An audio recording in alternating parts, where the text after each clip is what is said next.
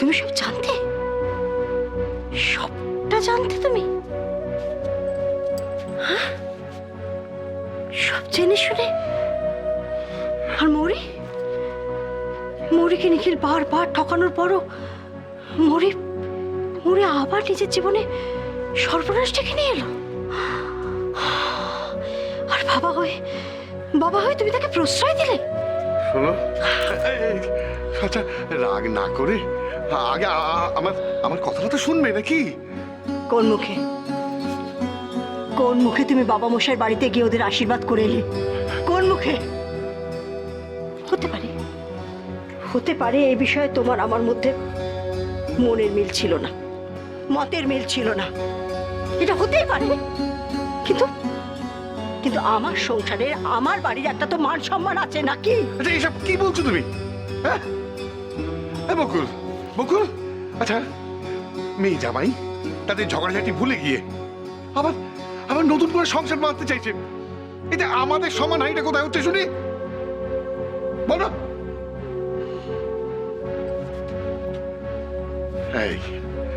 এই বকুল শোনো না, দেখো ওদের দুজনের এখন একসঙ্গে থাকাটাই মঙ্গল।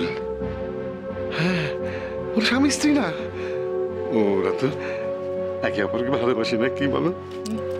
এইরকম ভালোবাসা ওরা আগেও বাঁচত, কি লাভ হয়েছে?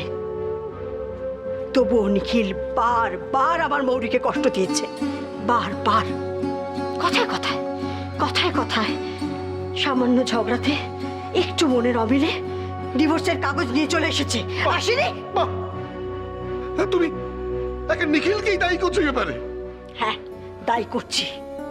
ওর বাড়ির লোক যখন আমার মেয়েকে কথায় অপমান করেছে, নিখিল তা হতে দিয়েছে। স্বামী হওয়ার কোনো যোগ্যতা নিখিলের নেই, জানি নেই ওর কোনো যোগ্যতা। স্ত্রীকে ভালোবাসলে স্ত্রীর প্রতি সামান্যতম দায়িত্ববোধ থাকে। আমার মৌরির বিপদে আপদে, ন্যায় অন্যায় কোনো সময় নিখিল পাশে থেকেছে? কোনো সময় নিখিলকে আমার মৌরি পেয়েছে? পাইনি। ওর কোনো যোগ্যতা নেই। তুমি ভুল করছো বকুল। হ্যাঁ, নিখিলের দায়িত্ববোধ আছে মৌরির প্রতি। হ্যাঁ আছে। আচ্ছা ওই তো এখন তো বাড়ির অমতে ও মৌরির পাশে দাঁড়াচ্ছে না, কি বলো? কতদিনে ভালোবাসা টিকবে বলতে পারো আমাকে? আর আমাকে হলপ করে বলতে পারো যে ওদের মধ্যে আর কোনোদিন ঝগড়া হবে না, কোনোদিন মনের কোন রকমের কোনো অমিল হবে না? বলতে পারো ওরা কোনোদিন ঝগড়া করবে না, আর কোনোদিন মিশতে যাবে না? বলতে পারো? কোন সম্পর্ক নিয়ে কি এরকম হলপ করে কথা বলা যায়? বলো।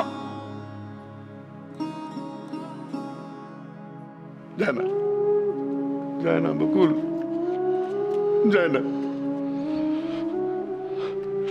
নিখিল আর মৌরি সেই ওদের সম্পর্কের শুরু থেকে বাইরে থেকে কত বাধা পেয়েছে বলতো, কত রকম বাধা।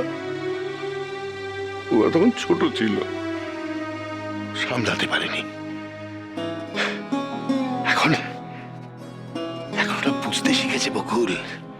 হ্যাঁ, ওরা ওদের মনকে শক্ত করতে পেরেছে, একে অপরের ভালোবাসার উপরে বিশ্বাস রাখতে পেরেছে। তুমি বলো না বকুল, এখন যদি ওরা সবকিছু ভুলে গিয়ে আবার নতুন করে সংসারটা শুরু করতে চায়, আমরা ওদেরকে আশীর্বাদ করবো না বকুল? বলো তো, করবো না আশীর্বাদ?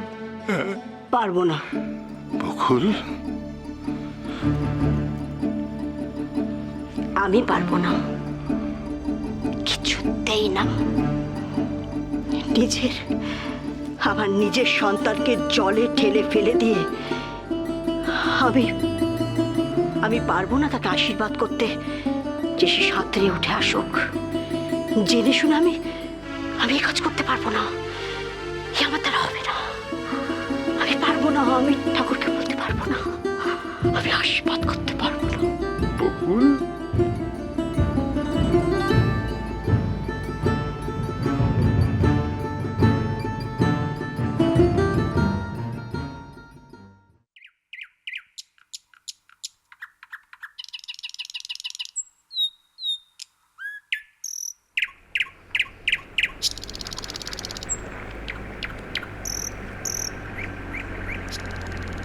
চলো এখনো সময় আছে, বেরিয়ে পড়ি, ফেলে রেখে সব পিছুটান। ঝাড়া হাত পা নিয়ে চলো যাই পেরিয়ে সব বাধা সব ব্যবধান। শুধু চলার জন্য চলা যাক না, ভুলে গিয়ে গন্তব্য। আমি আমার পথের গান গাইছি, তুমি তোমার গানটা ধরো তো। এই পথ যদি না শেষ হয় তবে কেমন হতো তুমি বলো তো। যদি পৃথিবীটা স্বপ্নের দেশ হয় তবে কেমন হতো তুমি বলো তো। এই পথ যদি না শেষ হয় তবে কেমন হতো তুমি বলো তো। যদি পৃথিবীটা স্বপ্নের দেশ হয় তবে কেমন হতো তুমি বলো তো।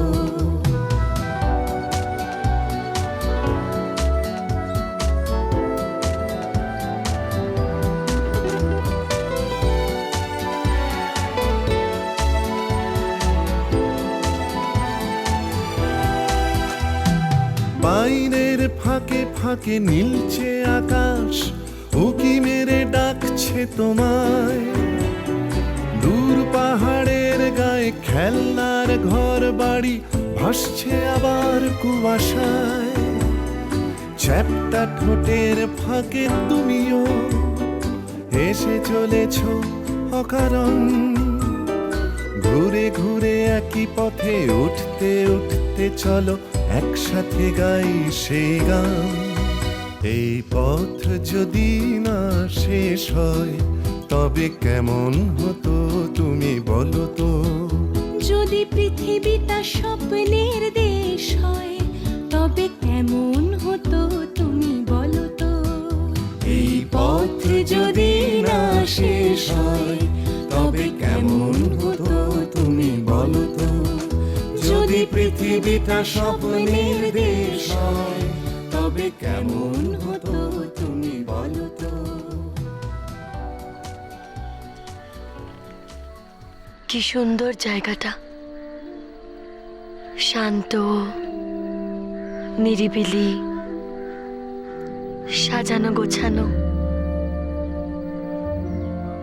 আমাদের জন্যে, শুধু আমাদের জন্য মরি।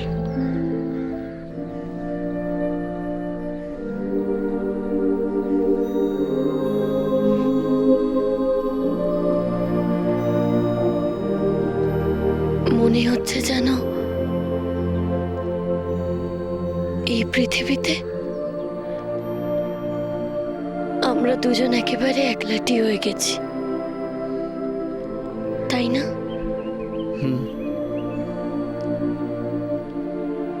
আমরা দুজনে